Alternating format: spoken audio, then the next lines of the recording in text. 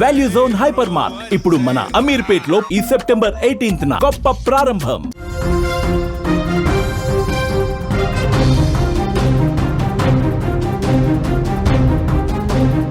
ఏడేడు లోకాలను పాలించే అయ్యప్ప స్వామినే మోసం చేశారా? తప్పు చేసిన వాడిని వెంటాడి వేటాడే ఆ శబరిమల వాసుడి ఆలయంలో ద్రోహం చేశారా? శబరిమల ఆలయంలో కనిపించకుండా పోయిన 4.5 కిలోల బంగారం ఎవరు దోచుకున్నారు? ట్రావెన్కోర్ దేవస్వం అధికారులేనా? లేదంటే ఇంకేదైనా కుట్ర జరిగిందా? ఇప్పుడు అతిపెద్ద చర్చగా మారుతోంది. శబరిమల ఆలయం అత్యంత పవిత్రమైన ఆలయం. కేరళలో తెలుగు దక్షిణాదిన ప్రతి రాష్ట్రం నుంచి స్వామివారికి అయ్యప్ప స్వామికి భక్తులున్నారు. ప్రతి భక్తుడు మాల ధరించి 45 రోజుల పాటు దీక్ష చేసి ఆ తరువాత ఆ స్వామిని దర్శించుకుంటే ఎంతో పుణ్యమని, తాము చేసిన పాపాలు పోతాయని, తమకు కష్టాలు తీరుతాయని నమ్ముతారు. అటువంటి శబరిమల ఆలయంలో ఇప్పుడు ఒక అతిపెద్ద దొంగతనం జరిగిందని చెప్పాలి. నిజంగా ఇది దొంగతనమే. ఎందుకంటే శబరిమల ఆలయంలో ఉన్న స్వామివారి ఆలయంలో ఉన్న ఏవైతే ప్రతిమలుంటాయో, ఆలయ ద్వారపాలకుల ప్రతిమలుంటాయో, ఆ ప్రతిమల చేసిన బంగారు తాపడంలోంచి బంగారం కొట్టేశారు కొందరు దొంగలు. ఆ కొట్టేసిన బంగారం విలువ 4.5 కిలోలని చెప్పేసి కేరళ హైకోర్టు చెప్తోంది. శబరిమల ఆలయంలో ఈ బంగారం వ్యవహారం ఇప్పుడు రాజకీయాల్లో భక్తుల మధ్య తీవ్ర చర్చకు దారితీసింది. పవిత్ర పుణ్యక్షేత్రంలో దాదాపు 4.5 కిలోల బంగారం మాయం కావడంపై హైకోర్టు విజిలెన్స్ విచారణకు ఆదేశించడంతో సంచలనంగా మారింది. అసలు ఈ బంగారం ఏమైంది? దాని వెనుక ఎవరున్నారన్నది ఇప్పుడు అతిపెద్ద ప్రశ్నగా మారుతోంది. ప్రపంచవ్యాప్తంగా కోట్లాది మంది భక్తులకు కొంగు బంగారం అయ్యప్ప స్వామి. అలాంటి పవిత్రమైన ఆలయంలో ద్వారపాలకులకు సంబంధించిన బంగారు తాపడంలో భారీగా బంగారం గల్లంత ఇవ్వడం ఇప్పుడు అందరినీ షాక్కు గురిచేస్తుంది. కేరళ హైకోర్టు ఈ అంశాన్ని సీరియస్గా తీసుకొని దీనిపైన పూర్తి విజిలెన్స్ విచారణకు ఆదేశించింది. దీంతో ఆలయ నిర్వహణలో ఉన్న ట్రావెన్కోర్ దేవస్వం బోర్డు అధికారుల పాత్ర పైన అనుమానాలు మొదలయ్యాయి. వాస్తవానికి 2019లో శబరిమల ఆలయంలోని ద్వారపాలకుల విగ్రహాలకు కొత్తగా బంగారు తాపడం వేయాలని నిర్ణయించారు. ఈ క్రమంలో పాత బంగారు రేకులను తొలగించారు. ఆ సమయంలో ఆ రేకుల బరువు, అంటే కొత్తగా అమర్చిన రేకుల బరువు 2019లో ఏదైతే ద్వారపాలకులకు బంగారు రేకుల్ని తాపడం కోసం అమర్చిన రేకుల బరువు 42.8 కిలోలుగా ఉంది. అయితే 2019లో, నిజానికి ఇది 1999లో స్వామివారి ఆలయానికి ద్వారపాలకులకు సంబంధించిన విగ్రహాలని అమర్చారు. అప్పుడు ఆ విగ్రహాలకి దాదాపు 40 సంవత్సరాల వారంటీ ఉంది. 40 సంవత్సరాల వరకు ఆ విగ్రహాలు చెక్కు చెదరవు. ఆ విగ్రహాలకు అంటించిన చేసిన బంగారు తాపడంతో సహా చేసిన తాపడానికి కూడా ఎటువంటి ఇబ్బంది కలగదు, ఎటువంటి సమస్యలు రావంటూ 40 ఏళ్ల పాటు ఆ తయారుదారులు అప్పట్లో ఈ విగ్రహాలకి వారంటీ కూడా ఇచ్చారు. కానీ ఊహించని విధంగా, అంటే ఒక 2019లో ఊహించని విధంగా 2019లో ఆ బంగారు తాపడం చేసిన రేకులకు మళ్ళీ మరమ్మతులు చేయాల్సిన పరిస్థితి ఏర్పడింది. ఈ మరమ్మతుల కోసం 2019లో ద్వారపాలకులకు అమర్చిన బంగారు రేకులను తీసి పక్కన పెట్టారు. 2019 నుంచి ఆ విగ్రహాలకి బంగారు రేకులకి మరమ్మతులు చేయడానికి ప్రయత్నాలు చేస్తూ వచ్చింది ట్రావెన్కోర్ దేవస్థానం. అయితే ఊహించని విధంగా తాజాగా ఆ రేకుల్ని ఈ 6 సంవత్సరాల పాటు ఆలయ పరిసరాలను పెట్టి ఆ రేకుల్ని సెప్టెంబర్ 10వ తేదీ 2025 సెప్టెంబర్ 10వ తేదీన ఆ బంగారు రేకుల్ని చెన్నైలో ఉన్న ఒక సంస్థకి రిపేర్ చేయడం కోసం పంపించారు. దొంగతనం ఇక్కడే కనిపిస్తోంది. ఒకసారి ఆలోచించండి. 2019లో, అంటే 1999లో ఈ ద్వారపాలకుల విగ్రహాలను అమర్చారు. అప్పుడే బంగారు తాపడం చేశారు. 2019కి వచ్చేసరికి అవి రిపేర్కి వచ్చాయి. 2019లో రిపేర్కి రావడంతో 40 ఏళ్ల వారంటీ ఉన్నప్పటికి కూడా రిపేర్కి వచ్చాయి. రిపేర్కి రావడంతో 2019లో ఆ బంగారు తాపడం రేకుల్ని రిమూవ్ చేసి వాటిని చెన్నైలో ఉన్న ఒక సంస్థకి సెప్టెంబర్ 10వ తేదీన చెన్నైలోని ఒక సంస్థకు పంపించారు.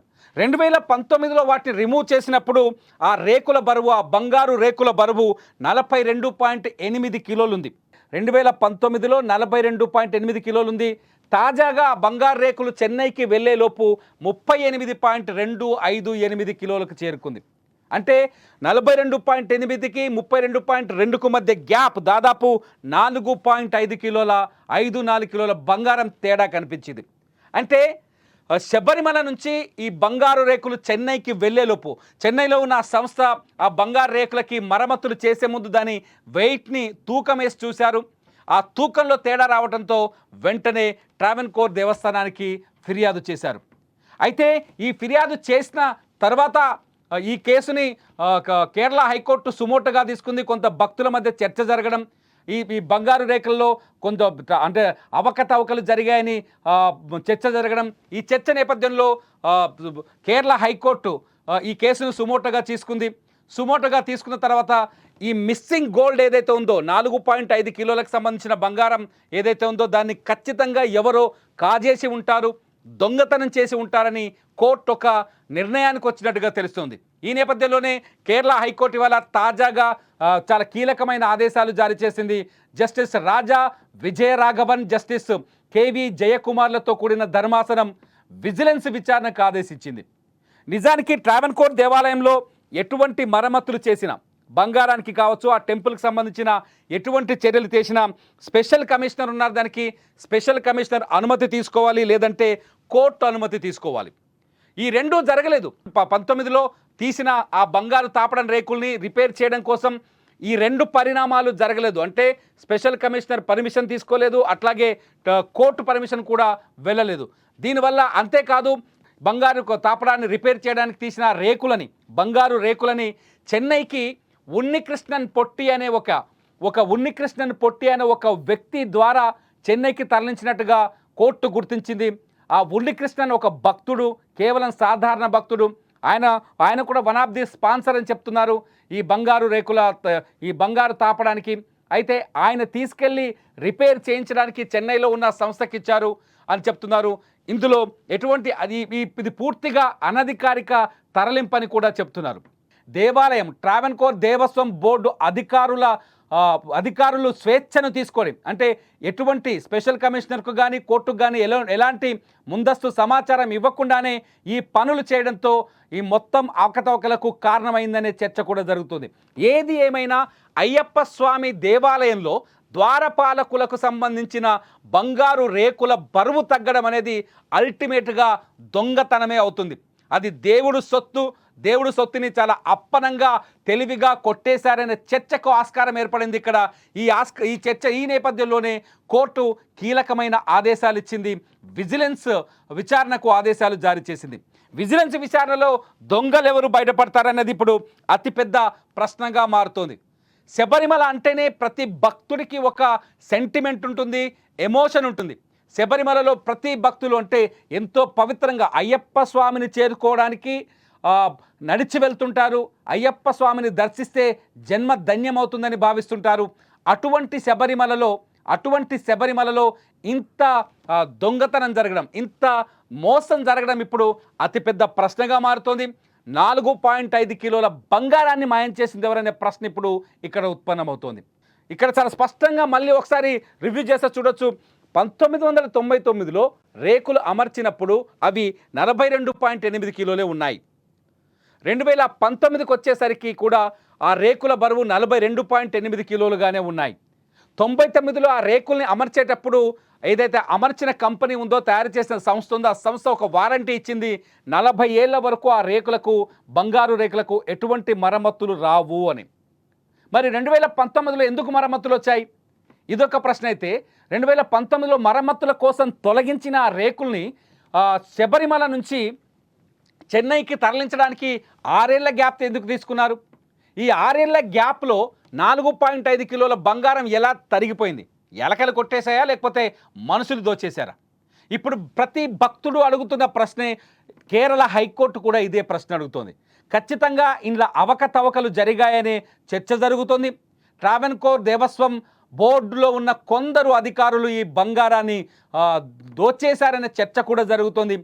ఈ అవకతవకలు ఆ అధికారుల వల్లే జరిగాయనే చర్చ కూడా జరుగుతోంది.